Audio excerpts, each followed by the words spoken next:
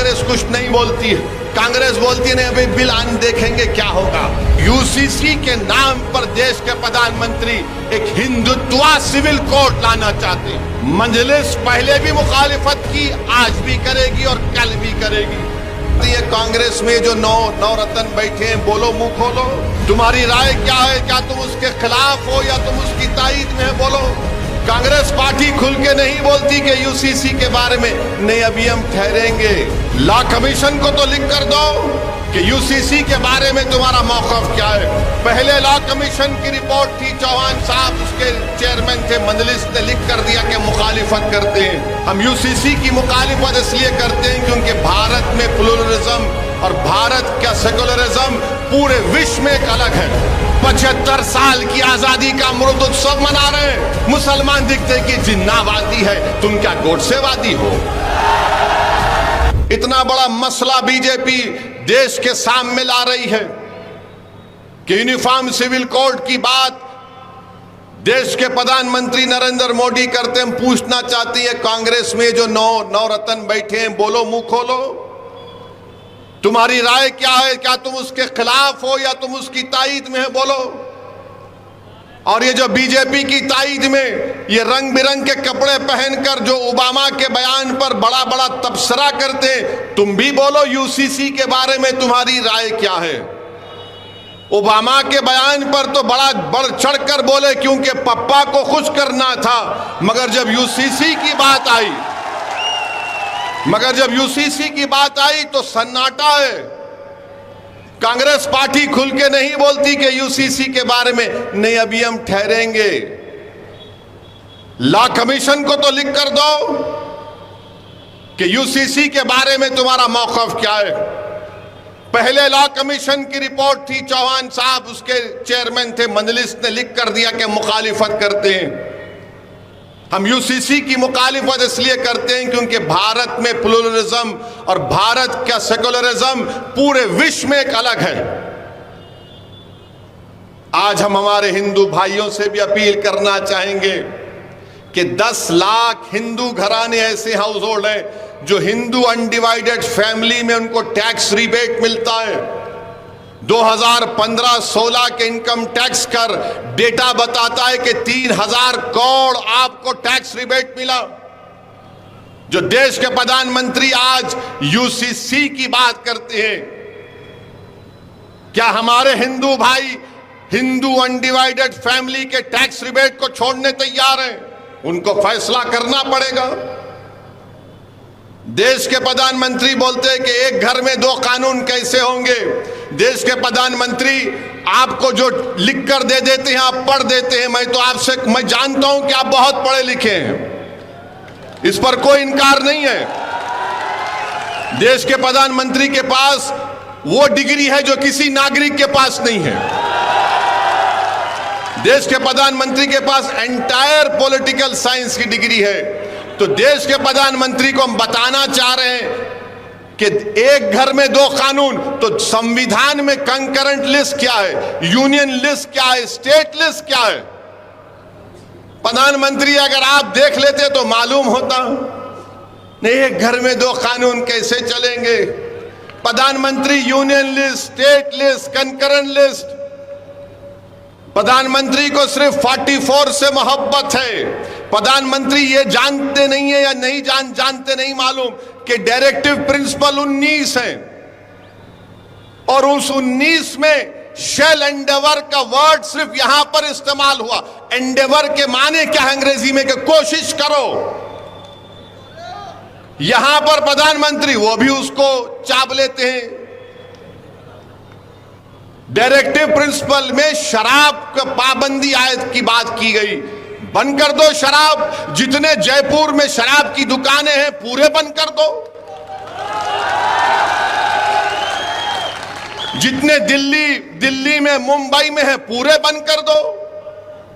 अच्छा, नहीं बंद कर सकते तो ये कह दो कि जुमा और हफ्ते के दिन बंद करेंगे। तो अगर जुमे और हफ्ते के दिन बंद करेंगे तो रोड पर लोग निकल कर आ जाएंगे कि हमको विड्रॉल सिम्टम्स हो रहे हैं, हमको कुत्ते की पेशाब पीने की आदत है, हम पीना चाह रहे हैं। वो डायरेक्टिव प्रिंसिपल की बात नहीं होती। डायरेक्टिव प्रिंसिपल में यह भी है संविधान में कि भारत की दौलत सब में बराबर बांटी जाए, मगर भारत की दौलत किसके पास है? भारत की दौलत किसके पास है बताता हूं आपको। माने भारत की दौलत के बारे में अगर आप देखेंगे तो आपको जानकर तकलीफ होगी कि हमारे देश की दौलत कितने लोगों के पास है। 50 लोग 55 लोगों के पास 60% भारत की दौलत है। प्रधानमंत्री तो आप तो गरीब परिवार से आए, आप तो चाय बेच कर आए ना, तो गरीबी का एहसास आपको है, मगर पूरी दौलत इनके पास है, मगर प्रधानमंत्री उस पर बात नहीं करेंगे। डायरेक्टिव प्रिंसिपल में यह भी है सिर्फ 44। भारत के प्रधानमंत्री को जानना चाहिए कि यह भारत है, यह भारत है। यहां पर प्रधानमंत्री बात करते समानता के लिए। प्रधानमंत्री समानता अनेकता अलग चीज है। यह देश मुख्तलिफ रंग का है, इसलिए नेहरू ने कहा था कि भारत क्या है? भारत एक रजाई की तरह है, नेहरू ने कहा था, जिसमें रंग बिरंग के कपड़े लगे हुए। यह भारत की खूबसूरती है। भारत के प्रधानमंत्री समानता की बात करते हैं। मेरे देश के प्रधानमंत्री को कोई समझाए जाकर कि समानता और अनेकता अलग अलग चीज है। भारत के प्रधानमंत्री को समझना चाहिए कि नॉर्थ ईस्ट में संगमा चीफ मिनिस्टर हैं, मेघालय के, उन्होंने तनकीद की, बीजेपी के साथ हैं कि इस देश में यूनिफॉर्म सिविल कोड लाया जाएगा तो मेघालय, नागालैंड, नॉर्थ ईस्ट में लोग रोड पर निकल कर आ जाएंगे। आसाम में, नॉर्थ ईस्ट में आप बीजेपी आरएसएस से पूछो कि मुसलमान एक से ज्यादा शादी करता, अरे रिकॉर्ड है तो बताओ, बताओ रिकॉर्ड है तो कि हम कितनी शादियां करते हैं और हमारे हिंदू भाई कितनी दूसरी शादियां करते हैं। सिर्फ 0.6% का फर्क है जो लास्ट डेटा बनाया गया था, एक शादी से ज्यादा का। मगर बीजेपी के पास नहीं, बोल दिया इनको कि मुसलमान बहुत, अरे कहां है डेटा बताओ। नॉर्थ ईस्ट में पॉलीगमी नहीं, पॉलीएंड्री भी होती है। पॉलीएंड्री का मतलब क्या है कि एक खातून कई मर्दों से शादी करती है। खत्म करेंगे बीजेपी आरएसएस वाले पॉलीएंड्री को। आर्टिकल 371 के अख्तियारात को खत्म करेंगे आप, उस पर कोई बात नहीं करते। भारत के प्रधानमंत्री को जानना चाहिए कि अंग्रेजी का जो वर्ड है, देश अब तक मजबूत रहा क्यों? यूनिटी एंड डाइवर्सिटी के नाम पर। मगर नरेंद्र मोदी देश को 2 मिनट नूडल की तरह चलाना चाहते हैं। 2 मिनट में नूडल बनता ना हो, खोलो डालो गरम पाक खा लो। देश के प्रधानमंत्री, ये भारत है, 133 करोड़ का देश है, इसको 2 मिनट नूडल की तरह नहीं चला सकते आप। और फिर आप जानते हैं कि ये महाद्वीप है, भारत नहीं है, महाद्वीप है ये।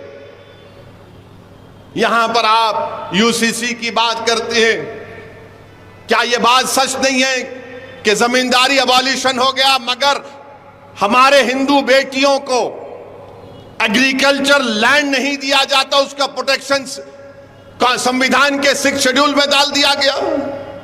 निकालेंगे क्या उसको? आप बताइए हमको। भारत के प्रधानमंत्री कहते हैं एक घर में 2 कानून क्यों?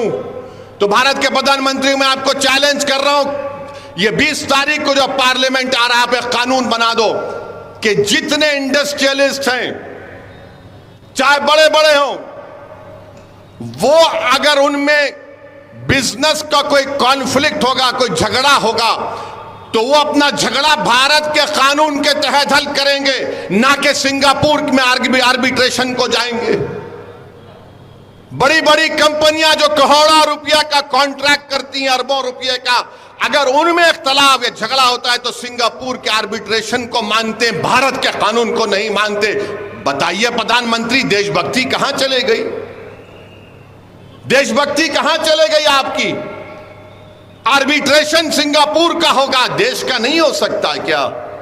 आप बैन लगा दीजिए, सिंगापुर का आर्बिट्रेशन नहीं देश का होगा। आप बताइए मेरे अजीज दोस्तों और बुजुर्गों, यूसीसी क्यों लाना चाहती हैं? यूसीसी क्यों लाना चाहती हैं? अरे हम जब बात किए हम इसके खिलाफ हैं, तो बीजेपी के एक चीफ मिनिस्टर बोल दिए ओवैसी जिन्ना की जहनियत का है। मैं उस शख्स को कहना चाह रहा हूं कि तुम में इतनी इंटेलेक्चुअल कैपेसिटी नहीं है, तुम मेरे दिमाग का मुकाबला नहीं कर पाओगे। तुमको बचपने से सिर्फ 3 चीजें डाली गई। क्या डाली गई? दाढ़ी वाला दिखा जिन्ना, या मुगल, या हिजाब, बस। चौथा तुमको आता ही नहीं है। अरे दुनिया को खुलकर देखो, ये तुम्हारे दिमागों पर जो निकाब है ना, निकालो नफरत का। 75 साल की आजादी का अमृत उत्सव मना रहे हैं, मुसलमान दिखते हैं कि जिन्नावादी है, तुम क्या गोडसेवादी हो? हम पूछ रहे हैं, सवालात उठा रहे हैं। यूनिफॉर्म सिविल की यकसा सिविल कोड की बात करती है। आप बताइए, क्या एक डायरेक्टिव प्रिंसिपल आर्टिकल 25 और आर्टिकल 29 का फंडामेंटल राइट छीन सकता? नहीं छीन सकता। Right to culture unfettered fundamental right है मेरे लिए। यकीनन मैं मुसलमान हूं और भारत का नागरिक हूं। जिस तरह नरेंद्र मोदी हिंदू है और भारत के नागरिक है, मैं भी मुसलमान हूं और भारत का नागरिक हूं। जिस तरह उनको फख्र है अपने भारतीय होने का, मुझे भी फख्र है। सुनिए सुनिए सुनिए सुनिए, बात आपको सुनना जरूरी है। अगर कोई हमारा हिंदू भाई मंदिर को जाता है तो मैं मस्जिद को जाता हूं। जिस तरह भारत के प्रधानमंत्री जाते हैं, मैं भी मस्जिद को जाता हूं। मुझे अल्लाह ने कहा कि यतीमों का माल मत खाओ, उन पर रहम करो, हम सुनते हैं। मुझे अल्लाह ने कुरान में कहा निकाह करो, मगर एक अगर ज्यादा करना है तो एक से करना अच्छा, इंसाफ करना पड़ेगा, हम मानते हैं। मेरे दीन ने मुझसे कहा, मुझे दीन ने मुझे बताया तो मैं चलता हूं। आपको इतनी तकलीफ क्यों हो रही है उस पर? अगर आपको इख्तियार हासिल है अपने मजहब पर चलने का और आपकी भारत से मोहब्बत पर कोई शक नहीं किया जाता, तो मेरी मोहब्बत पर शक किस बुनियाद पर? किस बुनियाद पर बताइए आप? मगर नहीं, दिमागों में डाल दिया गया। अरे भाई साहब, इस देश की खूबसूरती इसका प्लुरलिज्म है, इसका सेकुलरिज्म है। अब देश के प्रधानमंत्री, एक घर में 2 कानून, कैसे प्रधानमंत्री? हर रियासत का, स्टेट का सीआरपीसी अलग है। आपको पता है? नहीं मालूम मुझे। सीआरपीसी अलग है, अलग कानून है। बाज स्टेट में आपको बेल का कानून मुख्तलिफ है। मगर देश के प्रधानमंत्री बोल दिए और पूरे बीजेपी के लोग थालियां।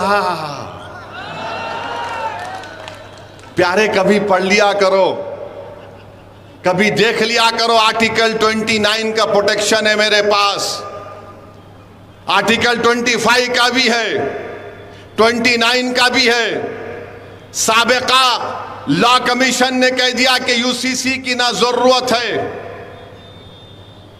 मगर आप क्यों लेके आना चाह रहे हैं?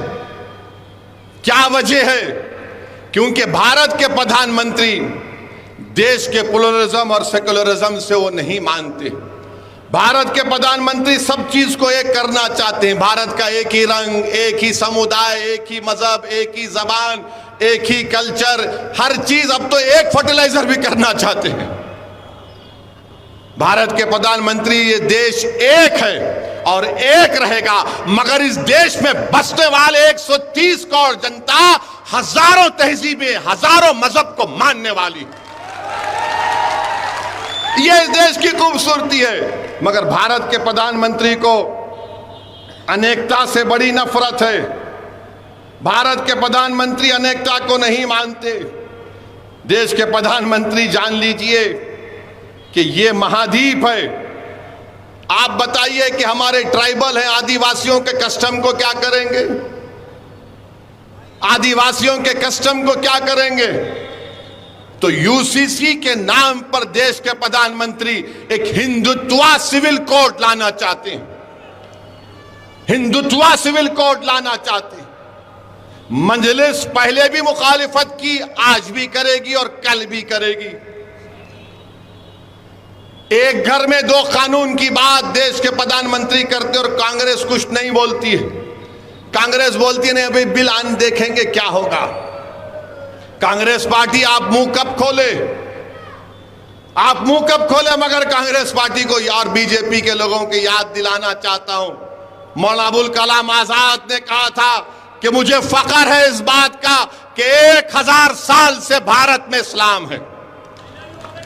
मौलाना अबुल कलाम आजाद ने इस देश के पहले एजुकेशन मिनिस्टर थे, फ्रीडम फाइटर थे।